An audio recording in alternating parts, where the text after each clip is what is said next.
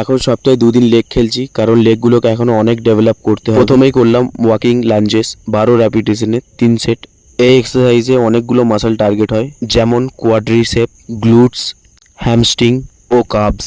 জায়গা কম থাকলে গবলেট স্কোয়াডও তোমরা মারতে পারো, এতে সেম মাসল টার্গেট হবে। আইসোলেশন ফোকাসড কম্পাউন্ড মুভমেন্ট করার জন্য আমি করলাম রোমানিয়ান ডেডলিফট 12টি করে 3 সেট। কোমরের নিচ থেকে পায়ের পাতা পর্যন্ত যতগুলো পেছনের মাসল আছে সব মাসলগুলোকে হিট করবে এই এক্সারসাইজটা। নেক্সট এক্সারসাইজ করলাম লেগ এক্সটেনশন। তার মাঝখানে বন্ধু এসে দেখলাম বাইসেপ ফ্লেক্স করছে ক্যামেরার সামনে।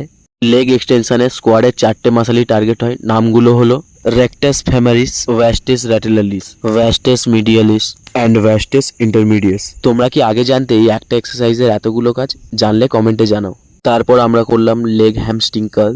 শরীরের সব থেকে বড় মাসলসগুলো হচ্ছে লেগস মাসলস, তাই জন্য এর পেছনে বেশি খাটতে হয় ও সময়টাও বেশি দিতে হয়। স্ট্যান্ডিং কাভ রেস করে আজকের মতো ওয়ার্কআউট শেষ করলাম।